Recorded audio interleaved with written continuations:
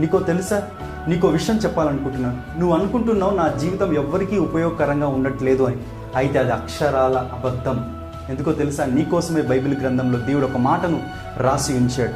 మీరు మీ సొత్తు కారు, మీరు విలువ పెట్టబడి కొనబడిన వారు.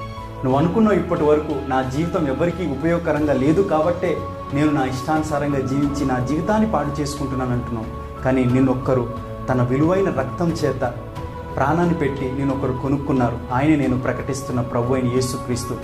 నీ జీవితము ఆ దేవుని దృష్టిలో బహు విలువైనది. మరి నా జీవితము దేవుని దృష్టిలో బహు విలువైనదని నువ్వు గుర్తించి ఇక నుండి ఆ దేవునికి నీ జీవితాన్ని అర్పించినట్లయితే రానున్న దినములలో దేవుడు నీ జీవితాన్ని అనేక మందికి ఆశీర్వాదకరంగా ఉపయోగకరంగా మారుస్తాడు. మరి ఈ దేవుణ్ణి నీ రక్షకుడిగా ఈరోజు అంగీకరిస్తావు కదా. అటు దేవుని యొక్క మహాకృప నీకు సమృద్ధిగా తోడే ఉండును గాక. God bless you.